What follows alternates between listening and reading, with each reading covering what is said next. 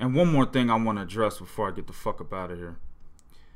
If Cat's not making excuses for why Rigo quit, they want to make the excuse talking about the size discrepancy in the fight.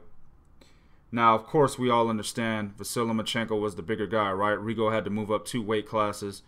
The second weigh-in after rehydration, Vasyl Lomachenko weighed in at 137.4 pounds, while Rigo weighed in, I think, at 129 or 130, right? And then when he got in the ring, he looked like the much bigger guy. Vasyl Lomachenko did.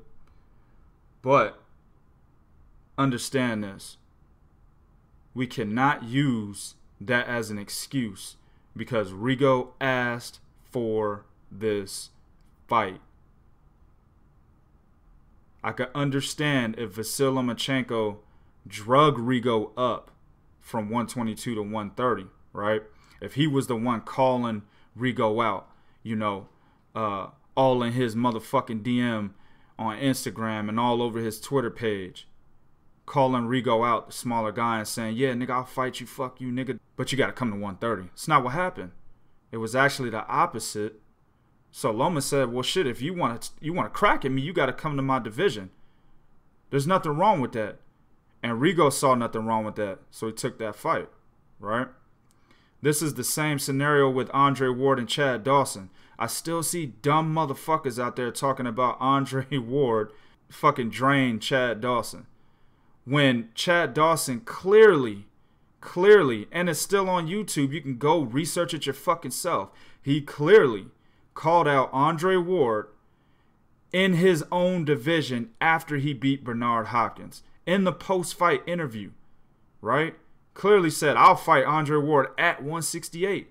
Then, I think it was 14 days out before the fight, there was an interview with Chad Dawson where the interviewer gave him every opportunity in the fucking world to say, hey, I don't feel right, you know, going down to 168. You know, I'm feeling drained. You know, things not going my way. Chad Dawson said the opposite in that interview. Oh, there's no excuses. I feel good. You know, I'm going to beat Andre Ward. And if I lose, there won't be any excuses. Right? But after he gets knocked the fuck out, he went right to the excuses. This is kind of the same scenario. Only difference is Rigo's not really saying excuses. He just quit, which is worse than making excuses in my opinion. Just quit. It is what it is.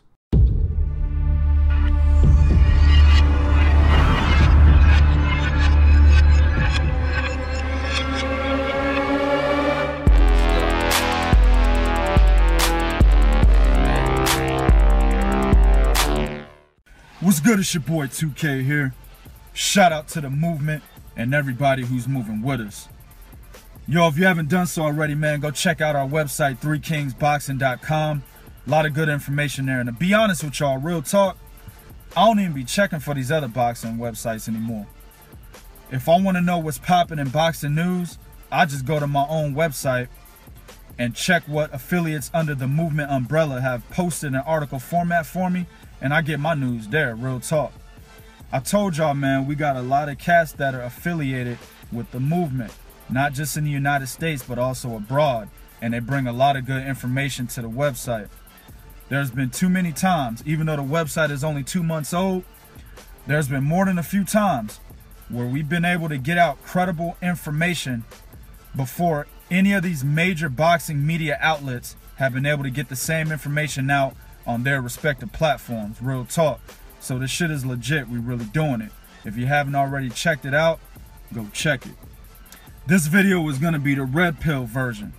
Now, little disclaimer for you dumb motherfuckers out there. If you haven't already noticed that in the title of this video it says part 2, well then pretty much directly means that there's a part 1 to this series, right? I suggest you go watch the part 1 series if you haven't already, because in that particular video I describe and discuss and explain why I'm calling these videos blue pill and red pill. You'll understand, right? Since Guillermo Rigondeaux quit against a guy that many like to call the Matrix, I felt that that format was fitting. You know what I'm saying? So of course, if I'm saying if this video is going to be the red pill version, that means that the scenario that I'm about to break down is the harsh reality, right? Could be perceived as the harsh reality. The under the hood reality that either a lot of people know but just don't want to believe it. They just want to continue enjoying boxing the way it is, don't want to think on that manner. Or B, they don't really know, and when you try to educate them, they don't want to hear it, right? And of course, I'm speaking in terms of boxing, but this shit is reality when it comes to your world too. That's a whole nother video on a whole nother platform, you know what I'm saying? I told you I do a lot of research. But the harsh reality here would be that Guillermo Rigondeaux took a dive. And a lot of motherfuckers believe this shit. Now, I gave y'all the blue pill version on the first video where I said, hey, this is exactly what you saw last Saturday night is exactly what happened. There is no conspiracy. Guillermo Rigondeaux went in there and got completely outclassed. But then again, when you look at how boxing really is, right? How corrupt a lot of these promoters are, how corrupt or involved in the corruption a lot of these networks are, right? I mean, you got corrupt entities all the way down to trainers, shit, a la Panama Lewis, right? Who still to this day can't be in the corner of any fighter in New York. You know what I'm saying? Because of what he did with Louis Resto and Billy Collins Jr., right? So, yo, if you haven't checked the documentary out on that, just a side note, that's an excellent documentary. Check that shit out. I think HBO did it. Real good documentary. Anyway, but there's a lot of powerful entities that are corrupt in boxing. And we all know that money rules the world, right? So how is it inconceivable that a guy who's been ostracized in the sport of boxing, who has been looking for big money fights since beating a star at the time, I don't give a fuck what anybody says, Nonito Donaire was pound for pound number 5 at that time, right? He was the 2012 Fighter of the Year, the previous year, right? And this was his first fight in 2013 against Guillermo Rigondeaux. He beat that guy, right? That was in 2013. Since then, for 4 years, he's been looking for a big money fight, right? And at one point, he thought he was going to get that opportunity. But as soon as he beat Nonito Donaire, and I explained the background surrounding this situation in part 1 of the series, HBO said, fuck you. They put on the fight with Joseph Agbeko where they just disrespected Rigo in front of thousands of fans. And then after that, they said, fuck you. When he beat Nonito Donaire, Bob Arum said, fuck you immediately. He said, I can't market this guy, right? That's exactly what he did. He put Rigo on the shelf until his contract expired. Then Rigo went back to Caribbean Promotions, which is a small promotional company that has absolutely no clout. And he also signed with Rock Nation, which is Jay-Z's, promotional company, which was new, so they didn't have any clout, right? So he was relegated back to a small backing who couldn't get him the big money fights, even if they tried, right? Now, not saying they didn't try, but if he was still with a guy like Bob Arum, a guy like Al Heyman, right? A manager like Al Heyman anyway, co-promoted by Lou DiBella, there's a possibility he could have got those big fights. The fact that those guys were so scared, the promoter could have still been able to match those people up with him. Because the bigger promotional entities possess the necessary clout in relation to monetary value. For you dumb motherfuckers out there, basically what I just said was the bigger promotional companies will give those scared motherfuckers enough money to get in the ring with Rigo. But since he was with those small ass promoters, it was easy to be like, nope, You know, a lot of the times he tried to get those fights when he was with Bob Arum. Bob Arum didn't give a fuck whether or not he got him. He was like, nope, I mean, do it yourself. I'm not going to back you. It's pretty much what Bob Arum did, man. You know? So when he tried to get the Abner Mares, whom had admitted in a 2014 Spanish interview by the name of Alas Gopes, right? He admitted there that Guillermo Rigondeaux is equivalent to Floyd Mayweather and that he would lose to him. And in reality, Abner Mares had already lost to Guillermo Rigondeaux in the amateur, so he already knew what he would be up against if he fought him as a professional. He didn't want no smoke, right? Guys like Leo Santa Cruz, who on camera admitted that his daddy told him not to fight Guillermo Rigondeaux, right? Guys like Scott Quigg, who were all about that motherfucking action, you know what I'm saying? Like Marshawn Lynch, before he fought Carl Frampton. Yeah, mate, you know, I'll fight the Jackal. Fuck out of here, man. Loses to Carl Frampton, and then automatically he's like, well, shit, I didn't say that. Nigga went straight silent, yo, like somebody put a motherfucking gag order on him, right? And then, of course, you got Carl Frampton, too. Yeah, mate. After I beat Scott Quigg, I'll go to the States and we'll see who the real Jowl is. Why them niggas say Jowl? What the fuck is Jowl? Anyway, man. But talking all that cash shit before the Scott Quigg fight Scott Quigg, beats him, immediately Guillermo Rigondeaux's too boring and he wouldn't be a draw in the UK. Now, Guillermo Rigondeaux, his dumbass, actually made that statement true. The boring part of the statement anyway, with this fight with Vasyl Lomachenko last Saturday. But he did show that he can be a draw when put in a major fight situation. That fight not only sold out, but it's the second highest viewed fight in ESPN history. You see what I'm saying? As far as showcasing boxing, right? So he is a draw. People were paying and tuning in on ESPN to see Guillermo Rigondeaux in a big fight situation. Now, after Vasyl Lomachenko, who fucking knows now? In my humble opinion, I think a lot of people were turned off. A lot of his fans were turned off. They were let down. So he might not be a draw now.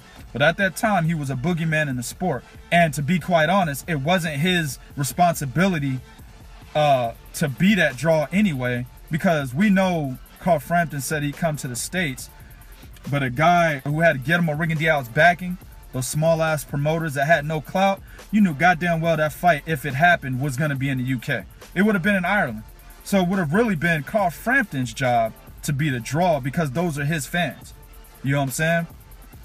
So, anyway, he didn't want to fight, right? Gary Russell talked a lot of shit. He said he could beat Guillermo Rigondeaux. But he's more focused on trying to get a rematch with Vasyl Lomachenko, so much so that this nigga don't even want to fight nobody anymore. He just wants Vasyl Lomachenko. That's why he's been inactive.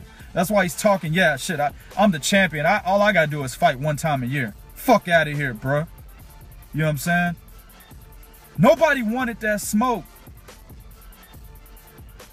So, if his biggest fight before Vasyl Lomachenko was against Nonito Donaire for $720K, right? Beats the previous year's fight of the year, and is supposed to get big money fights, but can't get them in 4 years, right? Then all of a sudden, takes $400K. Now there's conflicting reports here. Fed-ass Dan Rafael said Rigo only made $400K for this fight. But other sources like Paulie Malignaggi mentioned that he's made about $2 million. There's other sources that said he's made over $1 million. Now, if Dan Rafael is telling the truth, of course 400K is less than 720K. But you got to look at who he's been fighting since he beat Nonito Donaire. The Drian Franciscos, of course he fought Joseph Agbeko, right? But the Drian Franciscos, the Jazza Dickinses, right? The Moises Floreses. And he was only getting like 100K for those fights. He wasn't making no money. So 400K after getting, you know, 3-4 years of 100K, that shit sounds mighty nice. You know what I'm saying? That's an increase. That's a promotion, nigga. That's a raise, right? So, given all that I've said about him being ostracized, about him not actually getting the money that was due to him after winning the biggest fight of his career in 2013, how is it inconceivable that he took a dive? I mean, let's look at the fight.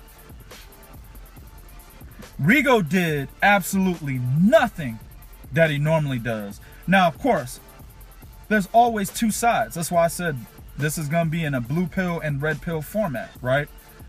So somebody who believes the blue pill, their argument to what I just said would be, well, it's because Vasyl Lomachenko's style, he didn't allow Guillermo Rigondeaux to do what he normally does. That could be true. Look like that to me as well, right? But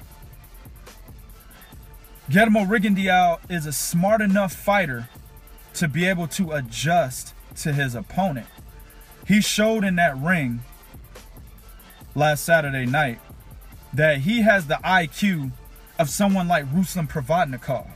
When the fuck did we ever see that, right? And Rigo's been in close fights. He had a close fight with Ricardo Cordoba, right? He won that fight by split decision, okay?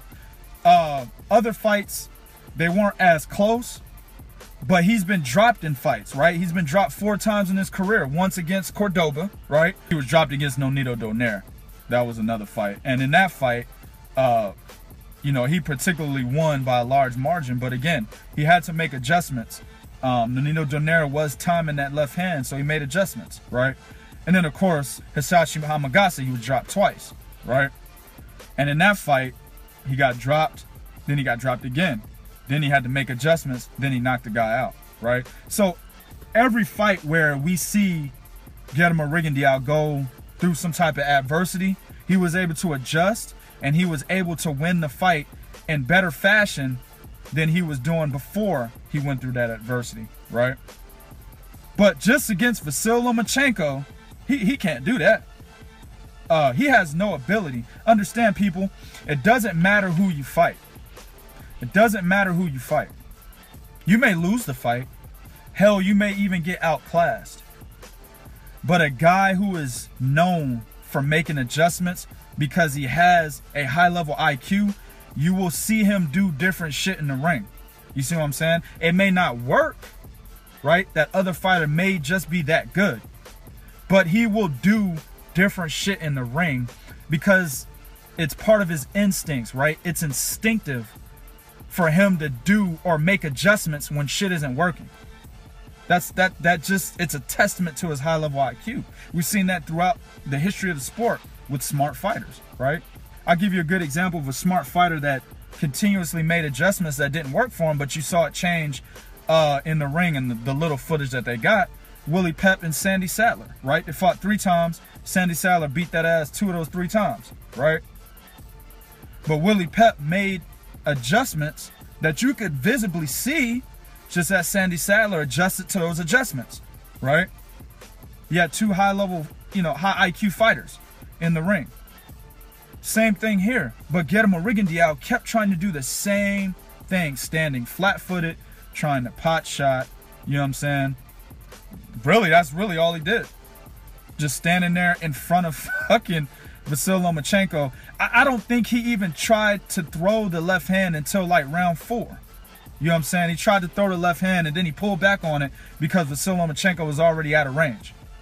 You know what I'm saying? Just a lot of things in the ring that he didn't do. There's a lot of shit he didn't do. One thing that he did well, and I mentioned this in the first video, one thing that he did well, the only thing that he did well, he was able to move with Vasyl Lomachenko. And that actually, ironically, had Vasyl Lomachenko make the adjustments. You know what I'm saying?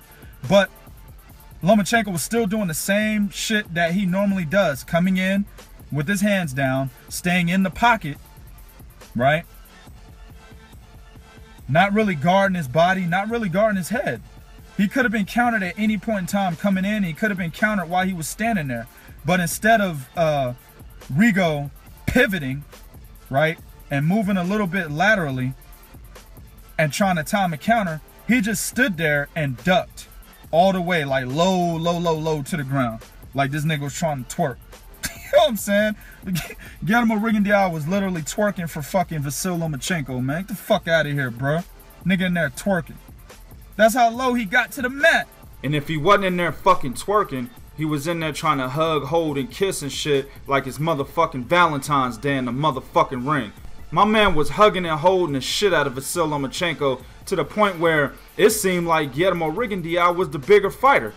Vasyl was trying his fucking hardest to get the fuck out of them clinches, and he couldn't get away from that pure vice grip that fucking Rigo had on his arms. My man wanted to marry that nigga in the ring. Get the fuck out of here, man. So he elected to do that instead of do one of the basic functionalities that a fighter will display who has excellent footwork, and that's pivot. Hell, I told y'all in the prediction video that Guillermo Rigondeaux is a master of the 180-degree pivot. He ain't even, I think he did it once. He did it once. That's it. But you're gonna have to do that more times against a guy that moves like Vasyl Lomachenko. He didn't try it anymore after that. You know what I'm saying? I can't remember exactly what round he did it in, but he did it one time. You know what I'm saying? And then he didn't even look for the counter once he did it. Vasyl was in a position to be countered when he did it. Just didn't throw it. You know what I'm saying? So I can understand why people believe if you break down this fight similar to what I just did, you know what I'm saying? And this isn't really a high level breakdown. It's a low level breakdown, but that's all you need to be able to see it, right? Based on that, I can understand how people believe that the red pill version is the reality, right? Based on the fact that Guillermo Rigondeaux was struggling to get paydays. He was making a little over 100K for fights, his last 3 fucking fights, right? And then he gets a 300K raise for this fight. But he's told by Bob Arum, whom ironically was the promoter of Nonito Donaire, the guy that Guillermo Rigondeaux beat, and literally took money out of Bob Arum's pockets, because Nonito Donaire was supposed to be the next guy to make Bob Arum a lot of money coming out of the Philippines, right? Now he's Filipino American, but they're really pushing the whole, you know, baby Pacquiao stigma on Nonito Donaire, right? They're really pushing that. And at the time, Manny Pacquiao was making money for Bob Arum, but Bob Arum was about to have, you know, 2 faces out of the Philippines making him money. 2013 was Nonito Donaire's year, people. And Rigo fucked that up. You know what I'm saying? Against the will of Bob Arum. As I mentioned in my first video, Bob Arum did not want to make that fight. And I'm not going to go too far into it. If you want to hear the logistics behind that, listen to the first video, right? He didn't want to make that fight. But Nonito Donaire wanted it. He felt slighted, so they made the fight, right? And Bob Arum knew what was really going to happen. And there's a possibility, if you believe the red pill version, there's a possibility Bob Arum tried to get at Rigo then and say, yo, you need to take a dive in this fight, dog. I'm trying to make this money. I mean, it would make perfect sense as to why Bob Arum would be so upset that a fighter who's in his stable beats another fighter in his stable. Why would he be so upset? You control that fighter, right? That's like saying Al Heyman gets mad that Errol Spence beats Keith Thurman. He don't give a fuck because he's managing both fighters, right?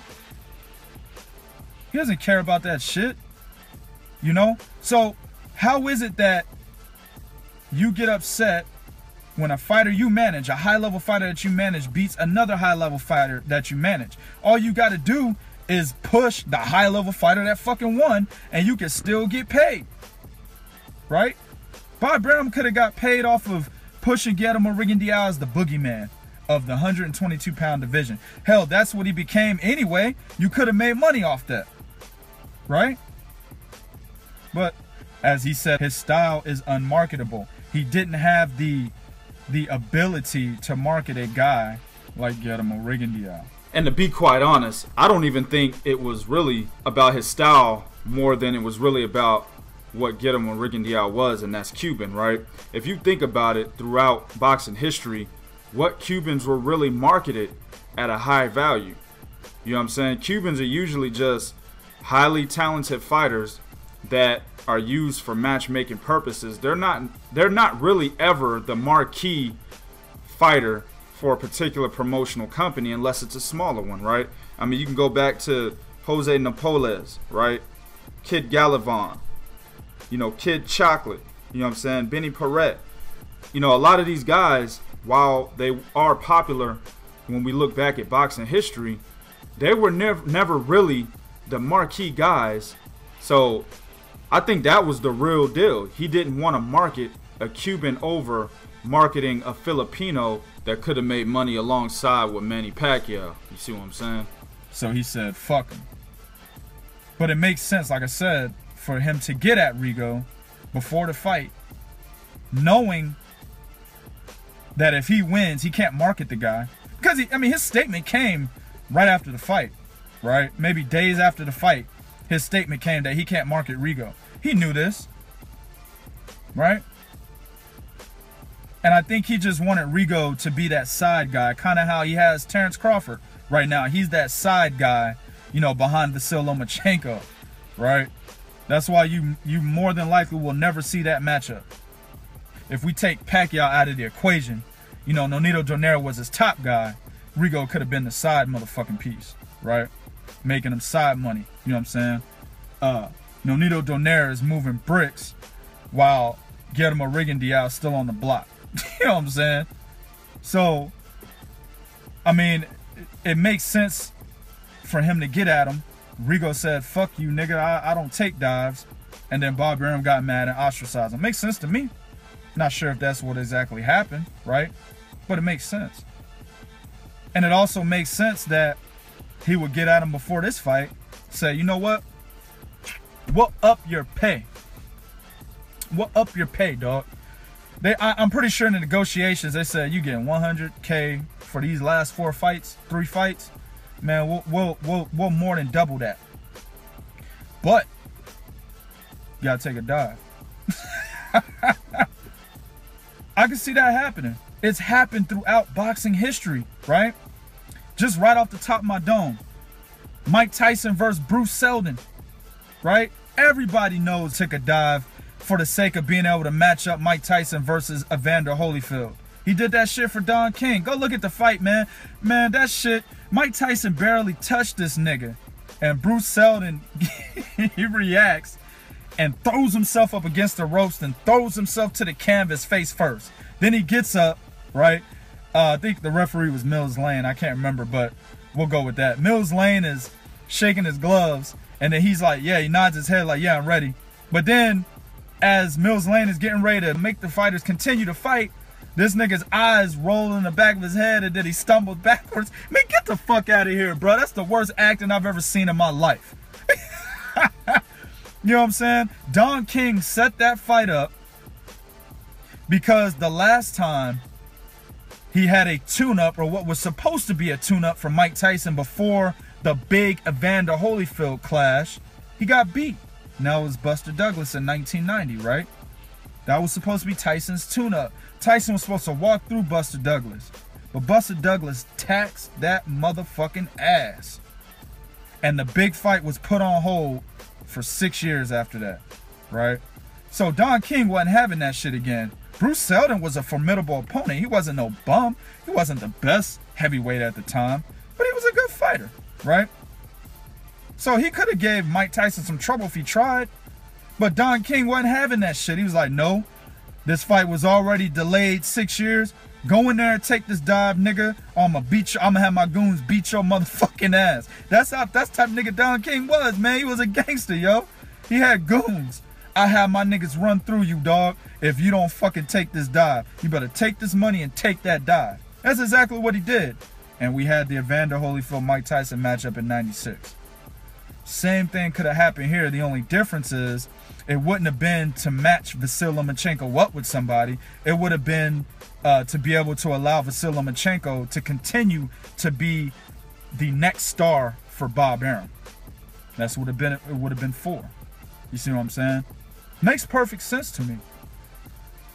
Either way you spin it, and I said this in the first video, either way you spin it, Guillermo Rigondeaux is still a fucking quitter, right? Guillermo Rigondeaux still let down his fans, even though he went on a Twitter campaign talking about how he would never quit, making fun of guys like Nicholas Walters, saying, hey, I'm not Nicholas Walters, saying shit like, yeah, you gotta kill me in there, right? Telling fans, I won't let you down, they're gonna have to kill me in there. That's exactly what he did, people. Whether you believe the blue pill or the red pill version, he let you down. He quit. If it's the red pill version, he quit because he wanted the money. If it's the blue pill version, he quit because it got too hot in the ring. Right? He didn't have the mental fortitude to be able to continue and to be able to make the necessary adjustments to give you, his fans, you know, the security and believing in him. You know what I'm saying? He said, nah, fucking, I'm done. He quit like Victor Ortiz. Alright? He quit like Roberto Duran. Right? He quit like Vitaly Klitschko quit against Chris Bird. Now, over the years, I've kind of given him some, not too much flack for that. You know what I'm saying? But at the same time, there's been fighters in boxing history that have fought with dislocated shoulders. And I gave a lot of examples in the first video. So I tell y'all niggas to watch the first video first. I gave a lot of examples. One of them was Bernard Hopkins against Antoine Eccles when he defended his IBF title in 2000. He had a dislocated shoulder in that fight. And he continued to fight and he won, right? He quit like a lot of people in boxing history. And it's unacceptable, man. Real talk. And one more thing I want to address before I get the fuck up out of here.